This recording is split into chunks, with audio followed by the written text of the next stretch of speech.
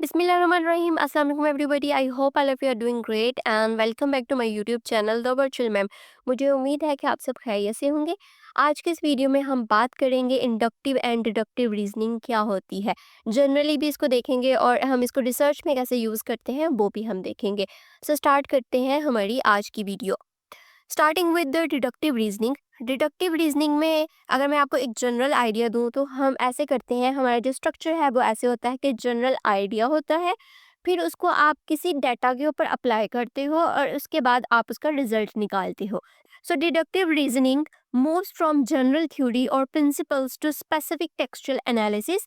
In literary criticism, the critic begins with an established theoretical framework and then applies it to a literary text to test or illustrate that theory. So in deductive reasoning आपके पास एक idea होता है, general theory होती है, lens होती है और उसके थ्रू ही आप किसी टेक्स्ट को एनालाइज करते हो और फिर आप इंटरप्रिटेशन उसकी करते हो, यानी कि आप जनरल टू स्पेसिफिक की तरफ जाते हो। ठीक है, it is more like textual analysis. Textual analysis में भी हम यही करते हैं कि हम टेक्सचुअल एनालिसिस करने से पहले हम कोई एक थ्योरेटिकल फ्रेमवर्क या लेंस अपने दिमाग में सोच लेते हैं और टेक्स्ट को हम उसी पर्सपेक्टिव से पढ़ते हैं और देन हम उसको इंटरप्रेट कर लेते हैं। ठीक है, सो डिडक्टिव रीजनिंग सेम इसी तरीके से काम करती है, बस इसका नाम थोड़ा सा मुश्किल है। सो इन डिडक्टिव रीजनिंग जनरल थ्योरी होती है हमारे पास, उसको हम टेक्स्ट के ऊपर अप्लाई करते हैं और उसके बाद उसको इंटरप्रेट करते हैं और अपना रिजल्ट निकाल लेते हैं। ठीक है, for example a critic selects a theory like Marxism, feminism, post colonialism, psychoanalysis, structuralism, assumes its core principles as valid, और इसके कोई भी थ्योरी जो आपने सेलेक्ट किया और आप उसको वैलिड समझते हो कि हाँ ये सब कुछ सही से काम करेगा, reads the text through that theoretical lens, shows how the text confirms और एग्जाम्पलीफाइज दोज प्रिंसिपल्स। सो आपने एक लेंस लिया और आपने उसको टेक्स्ट के ऊपर लगा दिया और एंड पे आपने बता दिया कि किस तरीके से ये टेक्स्ट इसको एग्जाम्पलीफाई करता है और कंफर्म करता है। अगर हम इसके क्रिटिकल पॉइंट्स के ऊपर बात करें तो सबसे पहले इसकी आ जाती है strengths. So it is systematic and theory driven, यानी कि आप थ्योरी के थ्रू उसको सारा कंडक्ट करते हो। स्ट्रॉन्ग एकेडमिक लेजिटिमेसी, यानी कि एकेडमिकली इन्फॉर्म्ड होता है क्योंकि आप थ्योरी ले रहे हो proper. Help situate text with in broader intellectual traditions, और जो आप टेक्स्ट है उसको एक वो थ्योरी और एक ब्रॉडर कॉन्टेक्स्ट में प्लेस करते हो। इसकी कुछ लिमिटेशंस आ जाती हैं, जैसे कि रिस्क ओवर थ्योराइजिंग, यानी कि आप बहुत ज़्यादा उसको ओवर थ्योराइज कर देते हो, बार बार उसके ऊपर थ्योरीज लगा के, हो सकता है टेक्स्ट की डिमांड ही ना हो लेकिन आप उसके ऊपर फिर भी थ्योरी लगा रहे हो।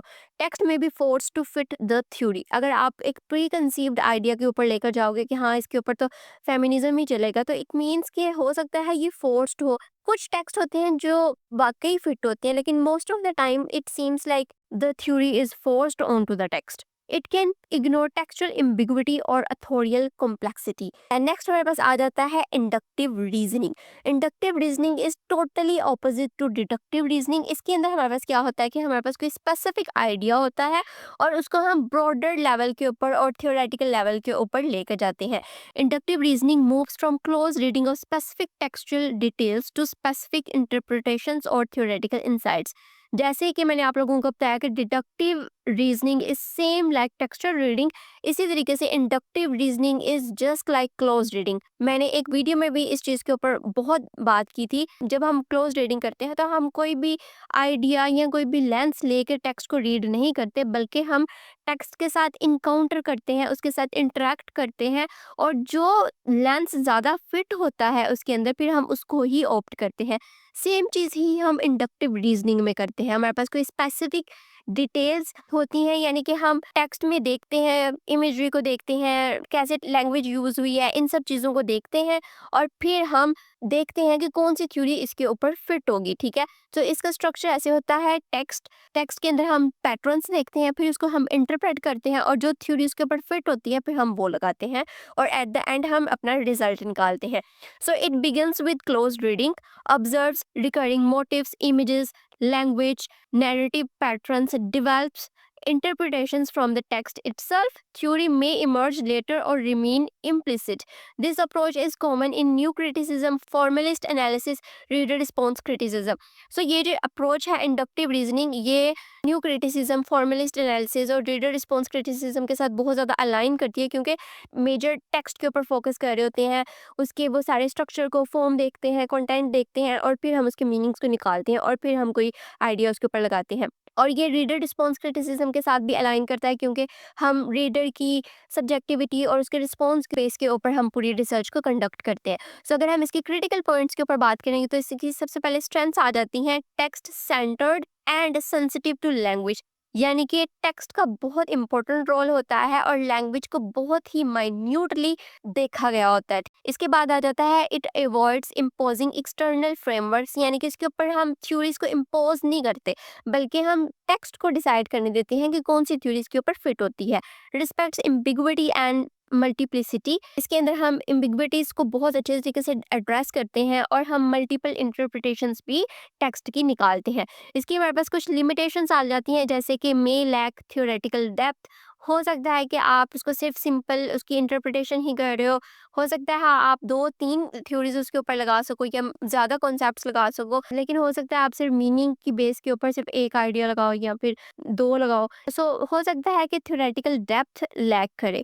उसके बाद its interpretations can seem subjective, यानी कि कोई आपके पास क्राइटेरिया नहीं है इस चीज़ को चेक करने के लिए कि आपने जो रिजल्ट निकाला है वो सब्जेक्टिव है या ऑब्जेक्टिव है। हार्डर टू जनरलाइज फाइंडिंग्स, यानी कि आपने जो थ्योरेटिकल फ्रेमवर्क यूज़ किया है या जो भी आपने काम किया है उसको आप दूसरी स्टडी के ऊपर नहीं लगा सकते, लेकिन डिडक्टिव रीजनिंग में ऐसा नहीं होता। Inductive readings risk becoming impressionistic without a strong conceptual anchor, यानी कि आप इम्प्रेशनिज्म के ऊपर बहुत ज़्यादा बात करते हो कि टेक्स्ट क्या इम्प्रेशन दे रहा है आपके ऊपर, और आपका कोई भी कंसेप्चुअल एंकर नहीं होता, यानी कि कोई आपकी कोई ग्राउंडिंग नहीं होती conceptual. So that was the concept of deductive and inductive reasoning. मुझे उम्मीद है कि आप लोगों को ये वीडियो ज़रूर हेल्पफुल लगेगी और आपको समझ भी आई होगी। इंशाल्लाह हम लोग बहुत जल्द मिलेंगे अपनी नेक्स्ट वीडियो में, तब तक के लिए अल्लाह हाफिज़।